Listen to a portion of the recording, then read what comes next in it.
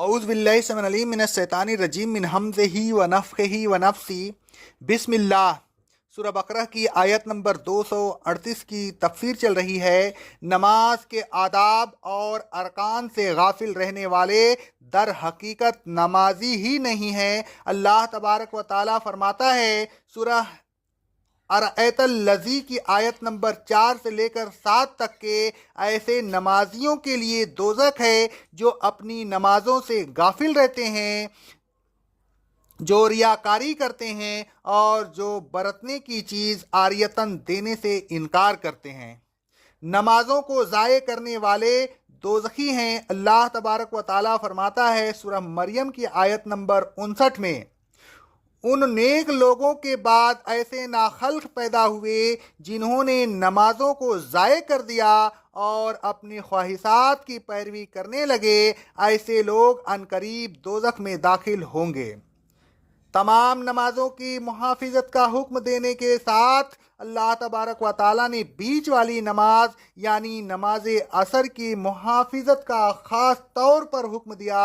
اللہ تبارک و تعالیٰ نے فرمایا وَالصَّلَاةِ الْوُسْطىٰ، بیچ والی نماز کی خاص طور پر محافظت کرو۔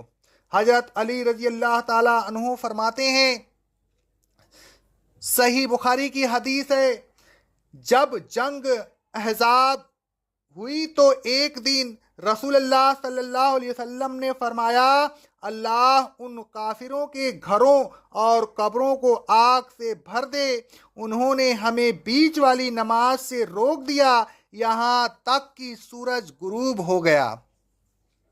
صحیح مسلم کی ایک روایت میں آپ صلی اللہ علیہ وسلم نے یہ الفاظ فرمائے، ہمیں بیچ والی نماز یعنی نماز عصر سے روک دیا۔ حضرت عبداللہ بن مسعود رضی اللہ تعالیٰ عنہ فرماتے ہیں، صحیح مسلم کی حدیث ہے، مشرکین نے خندق کی لڑائی میں ایک دن رسول اللہ صلی اللہ علیہ وسلم کو نماز عصر سے روک دیا۔ جنگ کی شدت کی وجہ سے مہلت نہ مل سکی کہ آپ صلی اللہ علیہ وسلم نماز عصر ادا کرتے اور نماز خوف کا حکم نازل نہیں ہوا تھا یہاں تک کہ سورج زرد ہو گیا۔ رسول اللہ صلی اللہ علیہ وسلم نے فرمایا، انہوں نے ہمیں بیچ والی نماز یعنی نماز عصر سے روک دیا، اللہ ان کے پیٹوں اور قبروں کو آگ سے بھر دے۔ مندرجہ بالا احادیث سے ثابت ہوا کہ بیچ والی نماز عصر کی نماز ہے۔ عصر کی نماز کی محافظت کے سلسلے میں رسول اللہ صلی اللہ علیہ وسلم فرماتے ہیں، صحیح بخاری اور صحیح مسلم کی حدیث ہے، جس کی نماز عصر فوت ہو گئی گویا اس کے اہل و عیال اور مال سب لٹ گیا۔ رسول اللہ صلی اللہ علیہ وسلم فرماتے ہیں، صحیح بخاری کی حدیث ہے، جس نے عصر کی نماز چھوڑ دی اس کا عمل ضائع ہو گیا۔ نمازوں کی محافظت کا حکم دینے کے بعد اللہ تبارک و تعالیٰ نے فرمایا وَقُومُوا لِلَّهِ قَانِتِينَ، کے سامنے اللہ کے سامنے ادب سے کھڑے ہوا کرو۔ نماز کے آداب میں سے یہ ہے کہ نماز میں کسی سے بات نہ کرو، جیسا کہ مسلم کے حوالے سے اوپر گزرا، حتیٰ کہ کسی کے سلام تک کا جواب نہ دیں۔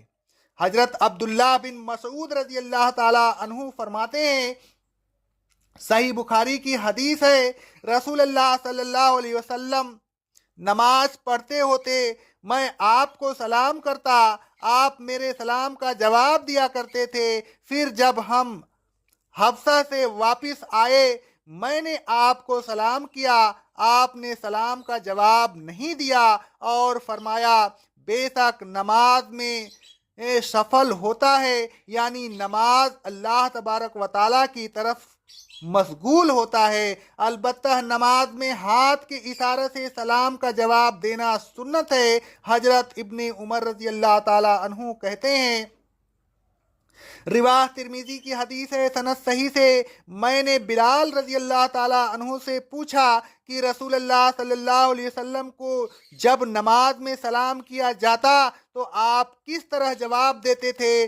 بلال رضی اللہ تعالیٰ عنہ نے کہا، ہاتھ کے اشارے سے سلام کا جواب دیتے تھے۔ رسول اللہ صلی اللہ علیہ وسلم ہم فرماتے ہیں صحیح مسلم کی حدیث ہے نماز میں لوگوں سے گفتگو جائز نہیں، نماز تو بس تسبیح تکبیر اور قرات قرآن کے لیے ہے۔ صحیح مسلم کی حدیث ہے۔